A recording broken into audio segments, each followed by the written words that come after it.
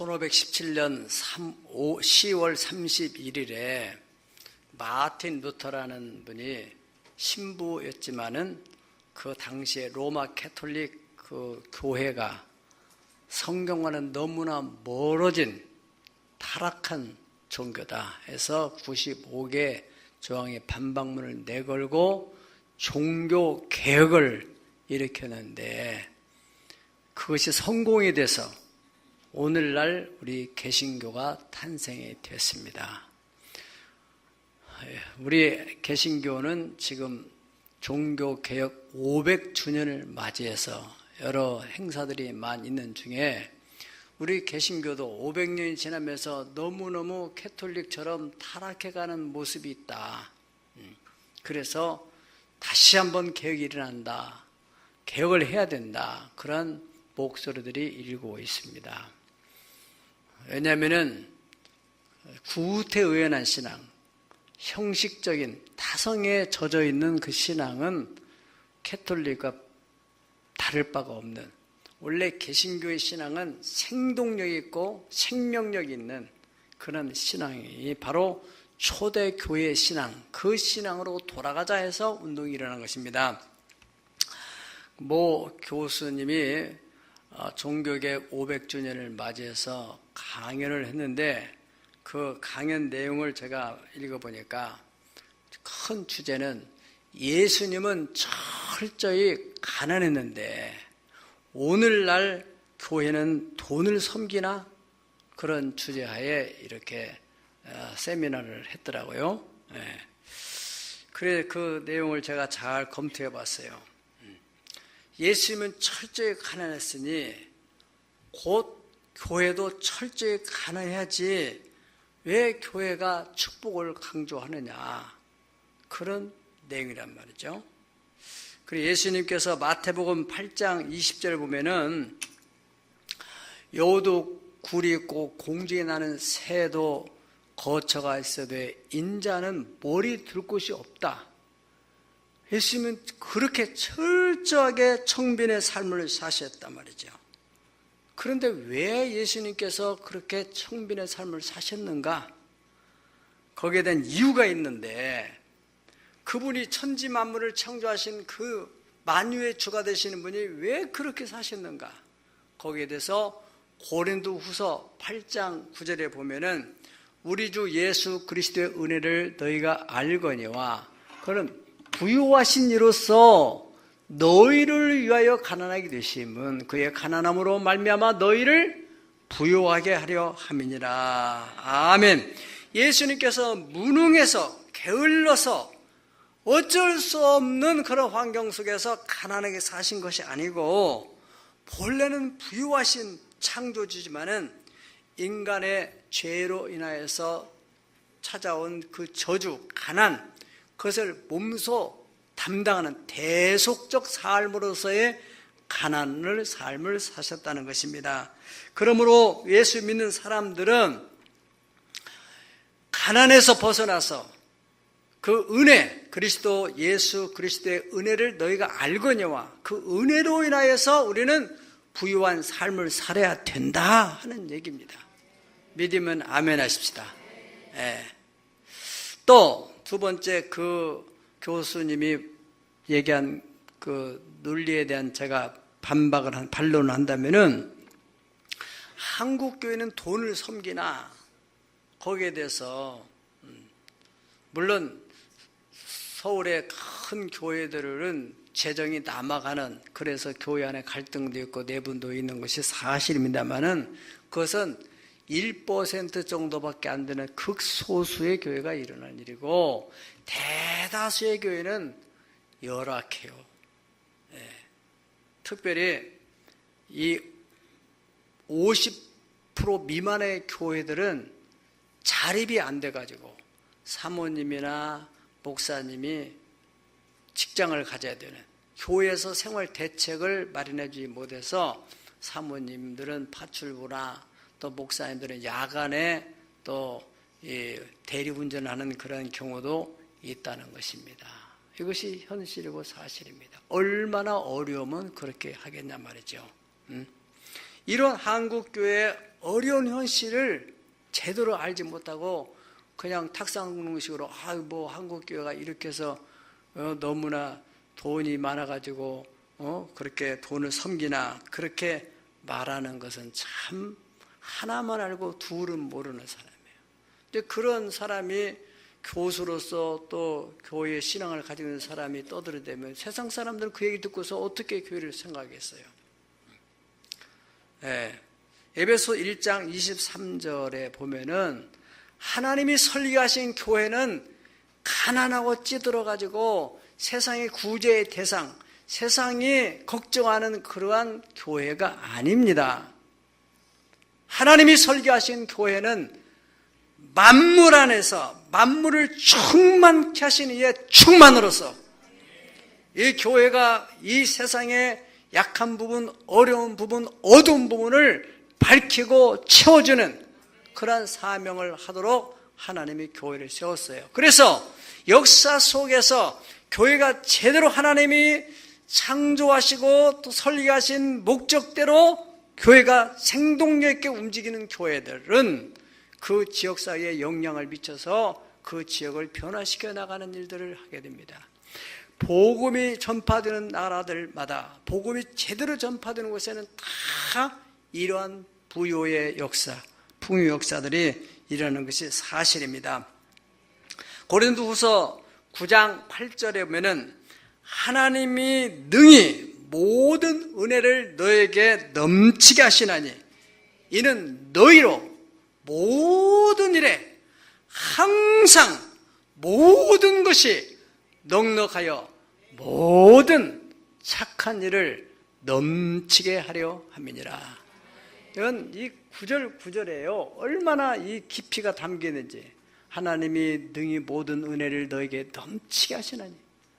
넘치게 하시나니. 왜 넘치게 너에게 은혜를 주고 복을 주느냐? 목적이 있다는 거예요. 너희로 살아가는 인생 여정 속에서 모든 일들, 이런 일, 저런 일, 또 주변의 일, 가족들 사이의 일들이 있을 때 항상 모든 것이 넉넉해서 모든 착한 일, 그런 일들을 넘치도록 하도록 하기 위해서 너에게 은혜를 주시는 거다. 아멘. 우리가 이런 은혜를 거절하고 산다면은 우리는 하나님이 우리에게 주신 사명을 외면하고 사는 사람이 될 수밖에 없는 것입니다. 한 번 사는 인생입니다. 예수님의 고귀한 보혈의 은총으로 구원을 받은 우리의 삶, 또 가정, 어떠한 삶을 살아야 될 것이냐. 친척들이 우리를 바라보면서 예수 믿어봤자 저 집은 뭐 되는 게 뭐가 있어. 자식들이 뭐가 어떻게 돼. 그러면서 비난의 대상이 되고 또 안타까워서 참 저 집이 저렇게 살아가는 보니까 참 안타까워 안 됐어. 그런 집, 그런 가정이 되길 원합니까? 아니면은 저 집 봐라. 우리나 비슷하고 우리보다 못했는데 어떻게 저 집에 어느 날 교회를 다니면서 저렇게 달라져서 부부간에도 관계가 좋아졌다지. 자녀들이 그렇게 우리 집안에 우리 김씨 박씨 집안에는 저런 인물이 안 나오는데 애들이 어떻게 저렇게 똑똑해? 응? 말하는 것도 보고 애가 저 예절이 되어 있고 똑똑하고 그래서 그런 부러움의 대상이 되고 어떤 가정이 되기를 원하십니까? 그것은 여러분의 마음에 달려 있습니다. 바람은 불어오는데 닷을 어떻게 조절하느냐에 따라서 배가 서쪽으로 갈 수도 있고 동쪽으로 갈 수 있는 거예요. 아주 중요한 얘기입니다. 여러분, 하나님께서는 오늘 본문을 통해서 범사의 복을 받는 길에 대해서 말씀을 우리에게 가르쳐주고 있습니다. 여러분들이 오늘 이 말씀을 통해서 이 부분에 대해서 확립이 돼서 여러분의 생에 범사가 잘 되고 복을 받아서 베풀며 나누며 사는 축복의 통로가 되기를 주의 이름으로 축복합니다. 원어의 범사라는 뜻을 우리가 살펴보면은 범이라는 말, 우리 보통 한문의 글자는 무릎범의 일사자가 쓰는데 여기에 헬라 히브리 말에 범하는 콜이 되어 있습니다. 번역의 영어로는 kind of all, 모든 일입니다. 모두, 전체, 완전, 그런 뜻을 담고 있는데, 이 whole이라는 단어가 성경에는 약 5천여 번 사용되고 있습니다. 그리고 사라는 단어는 그 히브리 말로 아사라는 단어인데, 이 아사라는 단어 영어의 번역으로는 make 혹은 do, 일을 하다, 행하다, 만들다, 이루다, 이런 뜻을 가지고 있는데, 이 아사라는 단어가 가장 많이 사용되어 있는 성경은 창세기입니다. 창세기. 창세기에 하나님이 하실 수 있는 그 창조적인 일, 그것을 아사로 많이 표현이 됐어요. 그러니까 모든 날 가운데서 사람이 살아가는 데 있어서 사람이 할 수 있는 일이 있는데, 능력이 있는데, 사람의 능력에 한계가 있는 일이 있어요. 그것은 할 수 없는 거예요. 범사라는 것은 사람이 할 수 없는 그 한계 상황적인 일도 하나님에 의해서 형통케 되어지는 거예요. 그걸 아사예요. 아사. 어떤 사람은 살아가면서 이걸 해도 안 되고 저걸 해도 안 되고 길이 막히는 일들이 많이 있는가 하면은, 어떤 사람은 하는 일마다 척척척척 잘 된다. 이게 범사에 형통한 사람이야. 요셉이라는 사람이 그런 사람이 아닙니까? 요셉이라는 사람이 형들에게 팔려가지고 정말 불행으로 가는데 보디발 장군의 집에 들어가서 더 좋은 대우를 받는 사람이 돼요. 집에 있을 때보다 사실은 정서적으로는 좀 안 좋지만은 환경적으로는 너무너무 좋은 환경에서 대우를 받고 살아요. 그리고 또 거기서 누명을 써가지고 옥에 갇혔는데, 옥에서 거기서 하나님이 함께 하심으로 범사에 형통한 자가 되었더라. 그래서 거기서 사랑받고 인정받고 존경받고, 거기에서 그 인정을 받더니 나중에는 왕궁에 들어가서 국무총리가 되는 일이 생긴단 말이에요. 여러분이나 여러분의 자녀들이 그렇게 되기를 축복합니다. 네, 모든 날, 그러니까 모든 일이 다 하나님의 창조 역사로. 창세기 1장 11절을 보면은, 다 같이 한번 읽어보실까요? 시작. 하나님이 이르시되 땅은 풀과 씨 맺는 채소 각기 종류대로 씨 가진 열매 맺는 나무를 내라 하시니 그대로 되어. 여기에 여러분들이 씨 가진 열매 맺는 나무를 내라 하는데, 이게 바로 사람은 할 수 없는, 아무리 현대 과학이 첨단으로 발전했다 할지라도 나무에게 열매를 맺게 할 수는 없어요. 하나님만이 하실 수 있는 거예요. 이것이 바로 아사예요. 또 여호수아 24장 7절에 보면은, 너희 조상들이 나 여호와께 부르짖기로 내가 너희와 애굽 사람 사이에 흑암을 두고 바다를 이끌어 그들을 덮었나니 내가 애굽에서 행한 일을 너희 눈이 보았으며 또 너희가 많은 날을 광야에서 거주하였느니라. 출애굽이나 광야 40년 속에서 그들이 어떻게 그리 생존할 수 있냐 말이에요. 한두 명도 아니고 하루 이틀도 아니고, 그것은 하나님만이 하실 수 있는 그 능력으로 그들이 형통케 됐다는 거예요. 아멘.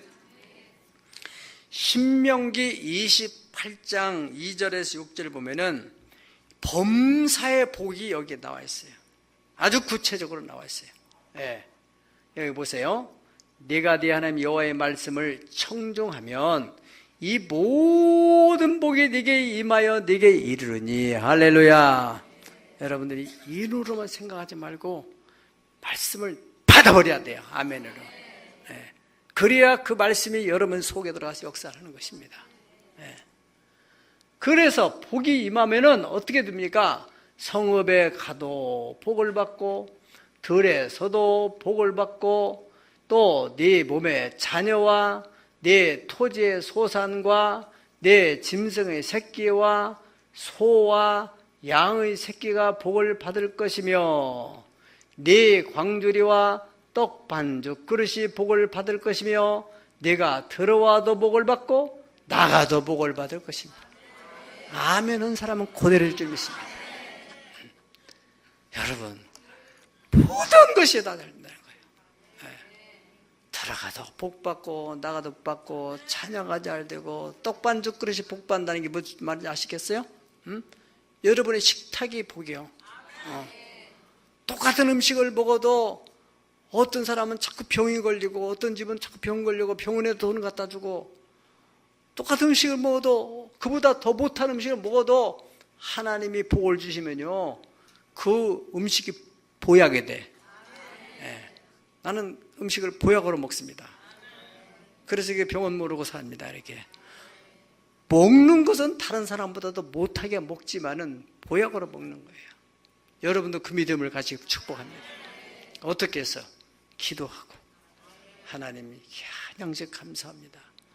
먹을 수 있는 건강이 있어도 감사하고 이 먹을 수 있는 양식이 있어서 감사하고, 이번에도 몽골에 가서 정말로 밥을 하루에 2끼 먹고, 거기는 해가 아침에 너무 일찍 뜨고 4시면 뜨고 5시 정도면 환해지고, 그 밤 10시까지, 그러니까 먹는 건 적은 데다가 해 떴으니까 일은 해야 되고, 그래도 제가 이번에도 또 잠은 못 자고 할 일은 많고, 그런데도 병 안 걸리고 이렇게 살아 돌아왔다는 게 얼마나 감사한가, 그런 마음이 들어요. 제가요. 그렇게 이렇게 체력이 소진이 안 된다는 그게 하나님의 은혜라고 생각이 됩니다. 여러분, 오늘 하나님께서 우리에게 주시는 이 말씀, 여러분 꼭 아사의 복이 임하기를 축복합니다. 제가 이번에 몽골에 가서 큰 3가지 목적을 가져왔는데, 첫째는 우리 같이 동행한 선교사 가정을 비자를 받게 해서 거기에 잘 정착할 수 있도록 하는 일. 그다음 2번째는 이제 그 신임 군수로 이번에 취임한 그 군수를 만나서 또 행정적인 일을 해야 되고 서로 인사도 해야 되고 그러한 또 일. 3번째로는 또 이번에 다음 주에 있는 컨퍼런스, 목회자 컨퍼런스를 위해서 그 준비팀들과 만나서 회의하는 일, 이 3가지 큰 일을 가지고 갔는데, 첫 번째 일은 잘 마쳤어요. 2번째 일은 그 군수님이 병원에 입원을 했다고 그래요. 그 울란바토르 병원에 입원했다고 해서 그 병원에 지금 입원했으면 입문을 하러 가려고 했더니 그 병원에 오시지 말라고 이렇게 통보가 와가지고 20일이나 제가 시간을 내겠다는데, 나는 18일에 와야 될 사람인데 20일은 도저히 시간을 낼 수 없잖아요. 내가 토요일까지 거기 있을 수 없잖아요. 그래서 뭐 다음에 또 와서 만나야지 뭐 할 수 없다. 그리고 마음을 접었어요. 그리고 이제 월요일날 우리가 출발해서 화요일날 울란바토르에서 이런 비자 문제부터 시작해가지고 다 행정력일, 우리 그 헵시바 법인 세무관계 일들을 다 하고, 그 다음에 저녁에 이제 이삿짐 또 갔잖아요. 우리가 그 이삿짐 다 찾아가지고 거기에 도착하니 한 10시 정도 됐어요. 짐 다 정리하고 나서 이제 그 다음 날 이제 일도 하고 정리도 짐 정리하고, 그러니까 수요일 날이죠. 수요일 날 힘도 들고 잠도 못 자고 잠을 더 자야 되고, 그런데 아예 자꾸 잠이 안 오고 10시, 11시가 돼서도 12시가 돼서도 막 둥글둥글 하다가, 그러다 이렇게 있을 바에는 기도라도 하자 하고는 그냥 거기서 기도를 하게 되는데, 자꾸 막 방언의 기도가 나와가지고 얼마나 방언을 기도하다 보니까 군수를 만날 수 있다는 믿음이 막 생기는 거예요. 그 사람은 못 나온다는데 믿음이, 제가 믿음으로 막 기도를 했죠. 그리고 나는 너무 피곤하니까 주여 잠자야 되겠사오니 제발 좀 그만 좀 역사하시옵소서. 그렇게 계속 막 그래가지고 얼마나 기도했는데 4시가 다 됐어요. 이제는 그만하세요. 나 잘해. 그리고 이제 잠을 붙이고 이제 수요일 날 이제 잤으니까 목요일 날 아침이 됐지요. 이제 그날 저녁에는 와야 돼요, 제가. 그런데 이제 군청에 갔어요. 그 토지 담당자를 만나려고 갔는데 그 사람이 뭔 얘기하다가 내가 이거 문제는 군수님을 만나고 나서 처리해야 되겠다. 그렇게 하니까 그 사람이 군수님이 지금 사무실에 계시니까 그럼 만나보시라고 그러는 거예요. 아니 병원에서 왔냐고 하니까 오셨다고 그러는 거예요. 그래가지고 또 그거 만나려면 또 미리 다 얘기도 해야 되잖아요. 그런데 그거 비서실 들어가가지고 여기 계신다고 문 두드려 들어가라고 그러는 거예요. 또 그래서 통역하는 사람들 두드려서 그때 들어가가지고 거기서 그냥 만나가지고 일을 또 다 처리를 하더란 말이에요. 범사가 형통한 거잖아요. 예. 여러분, 자, 우리가 살아가다 보면은 우리 힘으로는 또 계획된 일들이 잘 어긋날 수도 있고, 그런데 하나님만 하실 수 있는 일이 있어요. 예. 거기에 우리 신앙이 필요한 거예요. 예. 예. 다 여러분들이 배후에서 기도한 그런 기도의 역사로 이루어진 줄 믿습니다. 오늘 본문의 18절 맨 마지막에 보면은 이렇게 하나님 말씀대로 하면은 그리하면 네 하나님 여호와께서 따라합시다. 네 범사에 네게 복을 주시리라. 아멘. 여러분들이 정말 범사의 복을 받으려면은 오늘 세 가지를 확실하게 마음속에 정리를 하게 되면 됩니다. 첫 번째로는 여러분의 그 마음속에 성경적으로 신학적으로 체계를 확립해야 돼요. 무슨 체계요? 어렵게 사는 것에 대해서 합리화하고 변명하고 타협하고 교회는 자꾸 축복 얘기만 하느냐, 그러한 소수의 어떤 사람들의 잘못된 신학적인 얘기를 그걸 귀담아 두고 그 솔깃해가지고 그래야 되는구나. 그래서 이런 축복적인 설교를 하게 되면은 그 비판하고 왜 교회가 그런 얘기만 해야 되냐, 이렇게 그러면서도 자기 마음속에서는 잘 되고 싶은 마음이 있고 그거에 대해서 비판하고 내면 속에 두 가지 갈등이 생겨서는 절대로 형통한 삶을 살 수 없습니다. 둘 중에 정리를 해야 돼요. 나는 모든 거 다 정리해버리고 아주 철저하게 거지처럼 살아야겠다, 노숙자로 나가는 사람이 있고, 나는 정말 성경이 그렇다면 내가 성경대로 복을 받아야 되겠다. 오늘 제가 제 얘기라는 게 성경에 기록된 얘기를 가지고 지금 여러분이 하는 것입니다. 때문에 이것을 여러분들이 체계화시켜야 돼요. 뼛속 깊이 새겨야 돼요. 그래서 가난과 저주와 질고에 대해서 예수님이 십자가에서 대속하셨다 하는 것을 확실하게 믿고 받아들이고 묵상하고 선포하고 시인하고, 그러지 않고 그저 그냥 대충 하면은 이게 하나님의 성령 역사할 수 없습니다. 사람의 힘으로 안 되고 사람의 능력으로 되지 않는 일이 하나님의 성령의 역사해야 된다는 말이죠. 그런데 하나님 말씀을 불신하고 자기 생각과 잘못된 이론에 매이는 사람 속에 주님이 역사할 수가 없어요. 여러분들이 그래서 미혹한다는 것은 사탄이 이렇게 조금 어설프게 알고 있는 사람들에게 역사를 하는 거예요. 확실하게 알고 있는 사람은 역사할 수 없어요. 이단에 끌려간 사람도 마찬가지입니다. 이게 확립이 돼야 돼요. 확립. 사탄은요, 우리가 어떻게 하든지 가난하고 찌들고 살아가지고 자기가 완전히 우리를 사로잡아가지고 거기에 매여 살기를 만들어요. 못 벗어나도록. 마치 애굽의 바로가 휘어잡고 막 죽도록 일만 시키고 노동에 대한 대가를 별로 주지 않고 노예화시키듯이 우리의 삶이 사탄에게 장악돼가지고 그렇게 나름대로 애쓰고 힘쓰고 일을 하는데 결과가 없다면 그 얼마나 힘든 인생이겠습니까? 복음, 저와 여러분들이 여기 와 있다는 것은 예수님의 구원의 은총이 아니면 올 수가 없습니다. 너희가 나를 택한 것이 아니라 내가 너희를 택하여 세웠나니 이는 너희로 과실을 많이 맺고 그 과실이 항상 너희에 있으므로 너희가 무엇을 원하든지 다 받게 하려 함이라 말씀했습니다. 하나님이 택하지 않으면 주께로 아버지께로 올 자가 하나도 없다고 말씀하셨어요. 네. 그렇기 때문에 그것을 여러분 신학적으로 확실히 정리해야 돼요.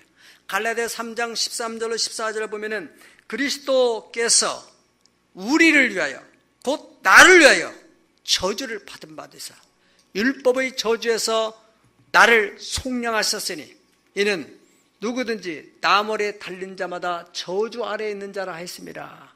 그러니까 예수님이 십자가 아래에서 모든 저주를 다 담당했다는 거예요.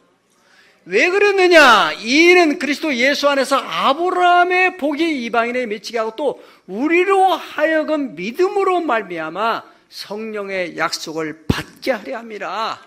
아멘. 그래서 이 성령께서 오셔서 깨닫게 하고 절망적인 상황에 있을 때는 기도하게 하고 그 기도를 통해서 하나님이 역사에서 막힌 문이 뚫어지고 열려지는 역사가 일어나도록 그러므로 형통케 하시는 삶을 산단 말이죠. 그러니까 여러분들이 그것이 확립이 돼야 돼요. 우리 교회 사명선언문은 만복의 근원 되시는 하나님의 말씀에 순종해서 복을 받았어. 말씀에 순종하면 복을 받으니까 그 복을 천하 만민에 나눠주는 것이다. 나는 성경을 통해서 이 말씀을 깨닫고 이것을 사명, 우리 교회의 사명이다 생각하고 그것을 믿고 기도하고 선포하고 우리 교회와 비슷하게 개척을 했어도 같은 교회야. 우리 교회만큼 이러한 교회도 많지 않아요. 아까 말씀드린 대로 바람은 부는데 닷을 어떻게 세우느냐에 따라서 동으로 가느냐 서로 가느냐 결정나는 것처럼 똑같습니다. 우리에게 임한 이 하나님의 축복이 여러분들의 가정을 통해서 여러분의 자녀를 통해서 이웃에게 또 세계로 뻗어가면 얼마나 좋겠어요. 절대로 오해하지 마십시오. 우리가 이 복을 받는다는 것은 세상 사람처럼 그냥 먹고 마시고 즐기고 누리고 여기에 목적이 있는 것이 아니잖아요. 그래서 저는 우리가 이런 복을 받기를 소망하고 갈망하고 기도하고 내 자신도 그렇게 하고 그래서 철저히 헌신적인 우리 교회가 처음에 개척할 때 그 어려울 때 이렇게 지원을 받았어요. 1년 지나서는 내가 이 지방위에서 선배 목사님들이 지원해 주는 것을 내가 끊었어요, 스스로. 그리고 자립하겠다고.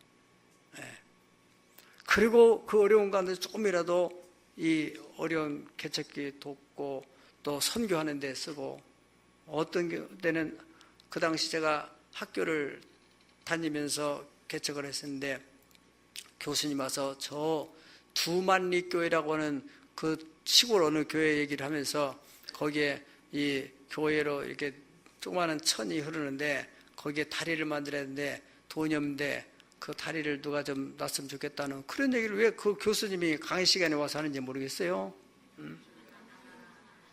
그 많은 사람들은 가만히 있는데 왜 나만 부담스러운지 모르겠어요. 제가 어려워 죽겠는데. 그래서 그때도 반지 있는 거 드릴 거 없어서 반지를 드렸는데 하나님이 그걸 받으셨나 봐요. 그래가지고 교회가 이렇게 저렇게 해서 여기까지 교회가 부흥하고 하나님의 축복을 받게 됐습니다. 절대로 여러분들이 이러한 것에 대해서 현혹돼서 자꾸 거기에 대해서 합리화 듣기 좋죠. 내가 지금 어려우니까 그런 얘기 들으면은 아 그래 교회는 요즘에 타락해가지고 맨날 그런 얘기만 한다. 그렇게 이렇게 나같이 살아야 되는데 합리화, 변명 잘 되는 사람들에서 비난한다든가 그런 복음적인 설교에서 비판한다든가 이것은 사탄이 가난의 사슬로 꽉꽉 묶어두려고 하는 고등 전략인 것을 꼭 알아야 돼요. 우리가 모든 일에 항상 넉넉하여서 모든 착한 일을 넘치도록 하라는 어떤 분은요 그 형제들이 그렇게 예수를 안 믿는데 이분이 그렇게 하나님 앞에 기도를 했대요. 저렇게 가난에 찌들어 사는데 우리 형제들 어떻게 구원해 시겠습니까? 나도 비슷한데 그때 하나님이 네가 복을 받아서 그 사람들에게 어려운 문제 해결해 주면 되지 않느냐. 그래서 그때부터 복 받는 일을 하면은 아무튼 교회에서 어디서든지 복 받는 일을 하면은 둘째가 라면 서러울 정도로 막 앞에서 야곱의 기질을 가지고 그랬다는 거예요.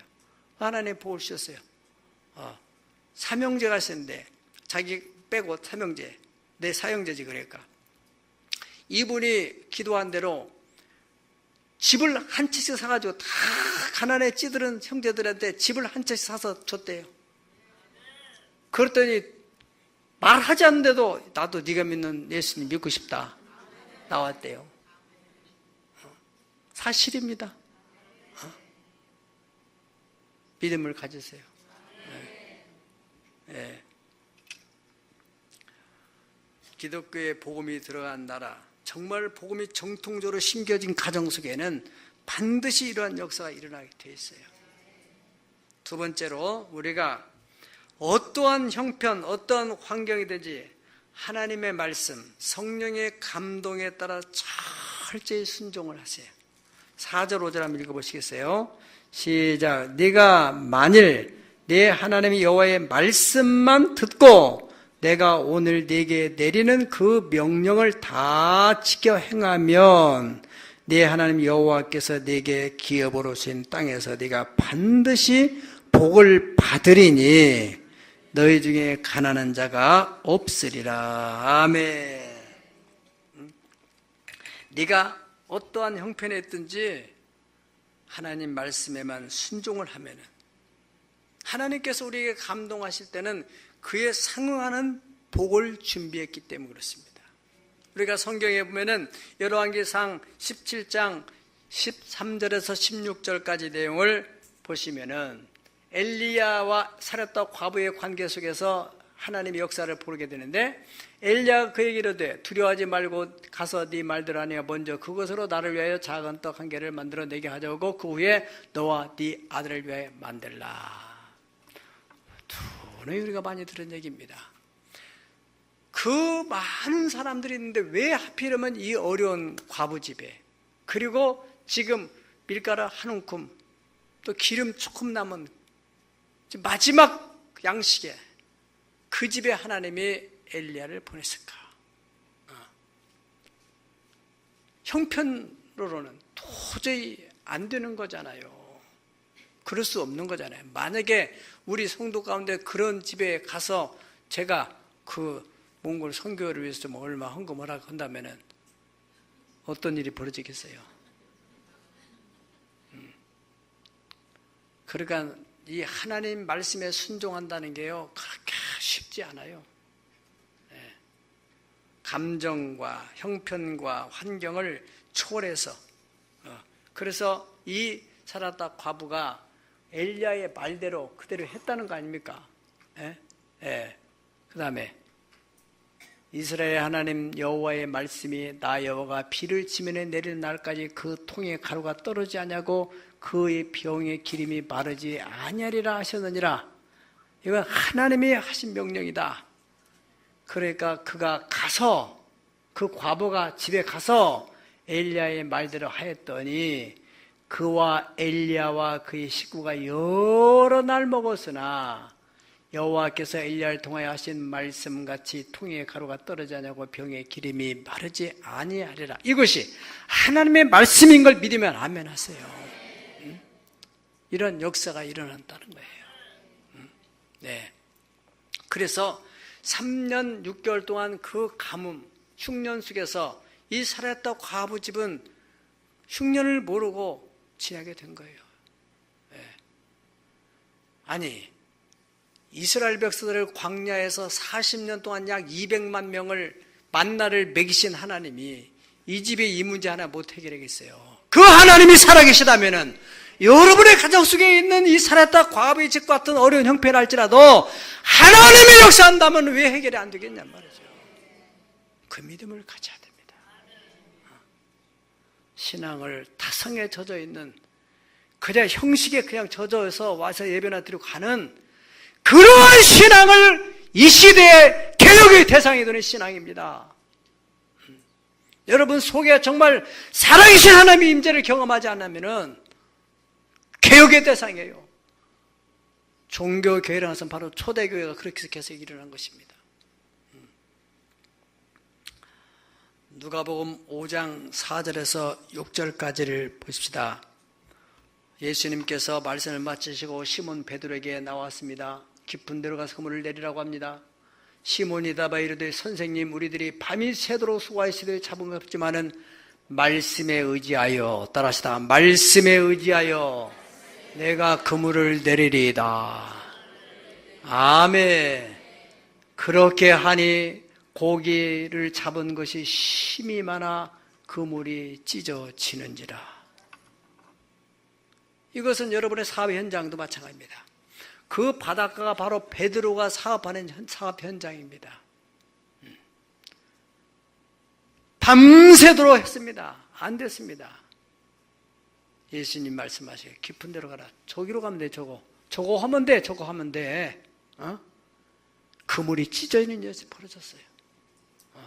이것이 옛날 얘기로 끊는다면은 이건 하나님 말씀이 아니고 역사책이에요. 이것이 오늘날에도 얼마든지 일어날 수 있다고 믿는 그 믿음 속에서 일어나게 되는 겁니다. 그래서 믿음이 중요한 거예요. 네 믿음대로 되라는 것이에요. 믿음이 없는 것은 형식이 되는 거예요. 위장을 하고 믿음이 있는 척을 하니까 얼마나 힘들어요. 통곡을 하면서 주님 앞에 믿음을 구해야 돼요. 주여 나의 믿음 없음을 불쌍히 여겨 주시옵소서. 예레미야 42장 5절에 보면 우리가 당신을 우리 하나님 여호와께 보내면 그의 목소리가 우리에게 좋든지 좋지 않든지 순종하려 함이라. 우리가 우리 하나님 여호와의 목소리를 순종하면 다음 시작 우리에게 복이 있으리이다. 아멘. 아멘. 네. 여러분 하나님 말씀을 그대로 순종만 하면은 하나님이 복이 그대로 임한다는 사실을 믿으면 아멘 하십시다. 세 번째로는 나의 도움이 필요한 곳, 나의 도움이 필요한 곳, 그곳에 헌신을 하십시오. 이것이 범사의 복을 받는 길입니다. 오늘 여기 본문의 이 15장은 바로 구제에 대해서, 어려운 이웃에 대해서, 혹은 내가 고용하고 있는 종에 대해서, 지금 우리 현실적으로 맞지 않는 얘기지만은, 우리 문화적으로 맞지 않지만은, 또 우리가 얼마든지 이것을 적용할 수 있는 길은 많이 있습니다. 지금 노예제도가 없기 때문에, 당시에는 노예제도가 있어서 7년이 끝나면은 아까운 마음 없이 풀어줘라. 그러면은 범사에 복을 내게 준다. 어려운 일이 있다. 그러면 외면하지 말아라. 여기 9절에도 보세요. 한번 읽어보실까요? 9절 시작. 삼가 너는 마음에 악한 생각을 품지 말라. 곧 이르기를 일곱째 해 면제년이 가까웠다 하고 네 궁핍한 형제를 악한 눈으로 바라보며 아무것도 주지 아니하면 그가 너를 여호와께 호소하리니 그것이 네게 죄가 되리라. 10절 너는 반드시 그에게 줄 것이요 줄 때에는 아끼는 마음을 품지 말 것이니라. 이로 말미암아 네 하나님 여호와께서 네가 하는 모든 일과 네 손이 닿는 모든 일에 복을 주시리라. 아멘. 네. 아끼는 마음으로 하지 말고. 그리고 다시 말하면은 나는 어렵다, 힘들다, 시간이 없다 이래가지고 자꾸 내 중심에서만 머물러 있으면은 해결이 안 나요. 내가 아무리 어려워도 나보다 더 어려운 사람이 있어요. 있습니까? 없습니까? 그 사람을 생각해 봐야 돼요. 그리고 그 사람에게 내가 몸이 아무리 약해도 나보다 더 약한 사람이 있어요. 지금 꼭 물질에 국한된 얘기가 아닙니다. 시간적인 면에서나 또는 재능에 있어서나 여러 가지 방법으로 우리가 하나님 앞에 헌신할 수 있어요. 여러분 미국이라는 나라는 한 200여 년밖에 되지 않았습니다. 그런 나라가 어떻게 저렇게 됐느냐? 선교. 청교도들이 처음에 시작하면서 철저하게 그 환경과 여건과 관계없이 하나님 말씀의 터 위에서 그들이 신앙생활을 하는데 그 당시에 그들의 그 역사적인 얘기를 들어보면은 선교사를 보내는 데 있어서 선교사를 보내려니까 기도도 필요하고 물질도 필요하고 그래서 자녀들한테 내가 선교사를 보내기 위해서 예전에 500ml 먹던 우유를 200ml만 먹자. 300ml 값으로 선교하자. 이렇게 해서 미국이 선교를 시작한 거랍니다. 처음부터 막 많이 사는 게 아니고. 그러므로 하나님이 미국이라는 나라를 축복하셨고, 다음으로 세계 여러 나라 가운데서 우리 한국만큼 선교사가 많은 나라 없어요. 다 예전에 지금 넉넉해서 하는 게 아니고 예전에 다 어려운 가운데서 선교한 그 일로 하나님이 오늘날 우리 한국 사회에 복을 주신 줄로 믿습니다. 우리 교회가 사역하는 거 경로대학이나 오케이마켓이나 햅시바, 또 야간전도 순찰이나 주말 또 국수 봉사하는 것이나 또 이번에 또 몽골 또 가서 선교하려고 또 헌신한 사람들이나 이러한 사람들을 보면은요, 여러분, 그런 사람들이 시간이 많아서 할 일이 없어서 돈 쓸 데가 없어서 그렇지 않잖아요. 절대로 헛되지 않는 일입니다. 언론복지 선교회가 우리가 하려고 하는 것도 다 그런 것에 대해서 어려운 이웃을 다 베풀고 나눠서 물이 바다 덮음같이 여호와를 아는 지식이 이 시경에 가득 차도록 여러분들 편하게만 살아가지고 그게 무슨 의미가 있어요? 인생이에요. 힘이 들어도 하나님께 영광이 되고 내 인생에 보람이 되고 후대에게 복이 될 수 있는 일을 한다면 해야죠, 그 일을. 아멘. 네. 그런 믿음의 삶이 범사의 복을 받는 것입니다. 네. 다 하나님의 나라 위에서 필요 없는 사람 없어요. 막연한 기대하지 마세요. 그건 미신입니다. 어떻게 하다 보면 좋은 일이 있겠지, 하나님이 도와주시겠지, 그건 미신입니다. 눈물을 흘리며 씨를 뿌려라. 그래야 기쁨으로 단을 거두리라. 울며 나가서 씨를 뿌리는 자가 정령 기쁨으로 그 단을 가지고 돌아오리로다. 하나님의 축복에 대한 경험과 간증을 하는 사람들 얘기 들어보세요. 그렇게 어려운 가운데서도 믿음의 끈을 놓지 않고 헌신의 끈을 놓지 않고 기도하고 몸으로 헌신하고 나가는 그 결과로 오늘날 간증을 하는 거 아니겠습니까? 종교개혁자 마틴 루터, 그분은 이런 말 했어요. 우리가 노동을 하는 이유는 가난한 자를 돕기 위한 것이다. 우리가 최천선 할아버지나 기독교 역사의 성 프랜시스 같은 사람들은 부자였습니다. 다 예수 이름으로 나눠주고 영혼을 구원하고 그렇게 청비는 삶을 살았어요. 누리고 막 배 터지게 먹고 그러자고 우리가 복받자고 하는 게 아니에요. 하나님의 축복의 통로가 되어서 하나님이 살아계심을 내 삶을 통해서 증거하고, 오늘 찬송 속에서도 주 날개 아래 내가 사는 동안에 보배를 빛내리라. 얼마나 은혜스러운 찬송이에요. 여러분의 주 날개 아래 사시지 않습니까? 그렇다면 여러분 안에 있는 그 보배, 주님이 우리 안에 있는 보배의 영광을 세상에 빛을 내지 않겠어요? 저를 보니까 하나님이 살아계신 것이 보인다. 할렐루야. 10절에서 11절까지 여러분들 11절에 다 같이 한번 읽어봅니다. 시작. 땅에는 언제든지 가난한 자가 그치지 아니하겠으므로 네가 내게 명령하여 이르노니 너는 반드시 내 땅 안에 내 형제 중 곤란한 자와 궁핍한 자에게 내 손을 펼지니라. 아멘. 네. 땅에는 언제든지 가난한 자가 끊어지지 않는다는 거예요. 그건 뭔 말이에요?